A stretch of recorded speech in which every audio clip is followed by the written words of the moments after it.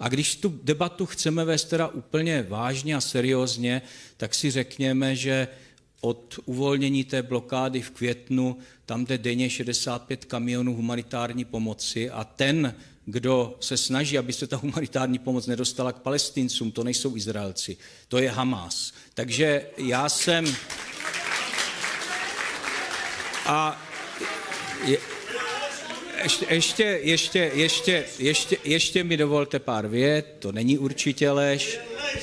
Česká republika, na to taky nezapomeňme. Zvládneme se navzájem poslouchat a ptát? A kdybyste si vzal mikrofon a zeptal se mě, já vám odpovím. Ale potřebujete... Já tady počkám s mikrofonem a vy teď dovolíte, aby probíhala civilizovaná debata. Sedněte si. Teď hned, já vám potom dám mikrofon. Teď hned říkám. Máte druhý varování? Ne. I Česká republika posílá humanitární pomoc do Gazy a Palestincům. Dokážete vy vnímat a teď vést civilizovanou debatu, kdy pan premiér odpoví, já vám dám mikrofon a vy se zeptáte, máte jednu konkrétní otázku, ne nějaká prohlášení, zeptejte se, protože pokud chcete odpověď, proto jste tady. Pokud ji nechcete, tak tady jste asi zbytečně. On chce debatovat, ne se ptát. Je nás tady moc na to, aby vždycky jeden člověk debatoval na jedno téma s panem premiérem. Dobré. Takže máte otázku, dávám vám mikrofon. Ano, zeptám se. Dáváte mi ho? Mluvte do toho mikrofonu, není to těžký. Já jsem kompetentní osoba k tomu, abych si podržel mikrofon. Dobrý den. Já se omlouvám, ale tady to jsem nedokázal v sobě potlačit. Věřím, že nejsem jediný, kdo vlastně tady to v sobě cítí. A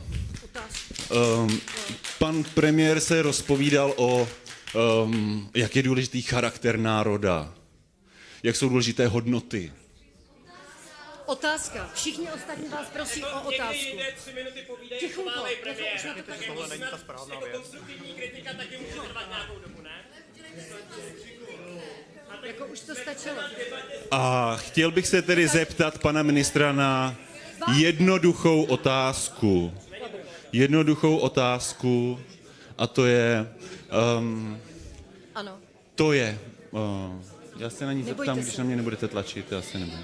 Zeptejte se, ostatní taky mají svůj prostor. To zvládnete, já vám věřím. Já to zvládnu, já si vím, že počkám jsou to nervy. na klid. Já vím, že jsou to nervy, ale zeptejte se, fakt. Pan ministr působí jako velmi kultivovaná osoba, fešák.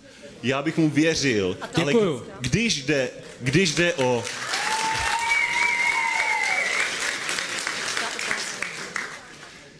Když jde o otázku Gazy a historické Palestiny, tak mu věřit nemůžu, protože vím, co se tam děje. Ne skrz Českou televizi, kterou jsme nuceni platit a dává nám... otázka je... Jo? Moc se omlouvám. Dokážete sformulovat tu otázku nebo ne? Je to jednodušší. Ta otázka je položena na určitém základu, který... Dobře. Paní se na to ptala, takže jsme na tom asi stejní. A víte, co je problém? Vy jste to řekl docela pěkně o mně. Kultivovaný, věřil byste mě.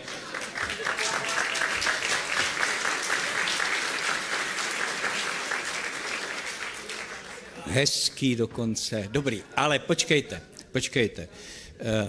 Můj problém s lidmi, kteří jsou propalestinští, není to, že bych... Ne, počkejte, nechte mě domluvit. Problém, no ale protože vy, a to je ten problém, vy mě nekladete otázky, vy chodíte na moje akce, křičíte, demonstrujete a já bych s váma rád mluvil. Já bych vám rád vysvětlil svůj postoj, na který mám právo a který vychází z hlubokých lidských hodnot, z toho, že mě jde o starost, mě leží na srdci důstojnost těch lidí. Já vidím to řešení na Blízkém východě a mám na to jiný názor než vy, ale bohužel se o tom nemůžeme bavit, protože na mě křičíte a nenecháte mě nic říct a protože říkáte, že moje názory jsou naprosto nepřijatelné, aniž si je poslechnete. A já se omlouvám. Já se celý život snažím a vedu k tomu studenty, lidi. Angažoval jsem se jako občan proto, abychom mohli vést ve společnosti kultivovanou debatu. Já se teď nerozhořčuji jako politik nebo premiér, na to se vykašlu, ale jako člověk, který celý život usiluje o to, aby v téhle zemi byla demokracie, kultivovaná diskuze a svoboda. A vy místo toho, abyste to vedli,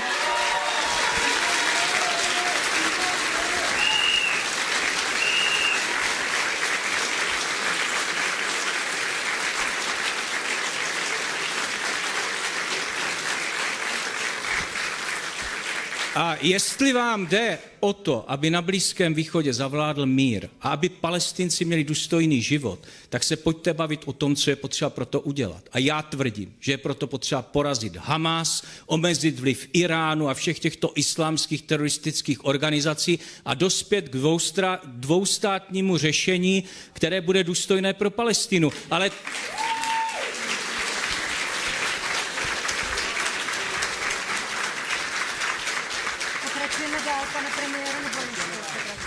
Tak a já teď poprosím, já jsem tady pán v saku ve druhé řadě v tmavě modrém, já vám asi dám mikrofon už teďka, nebo stihnete to.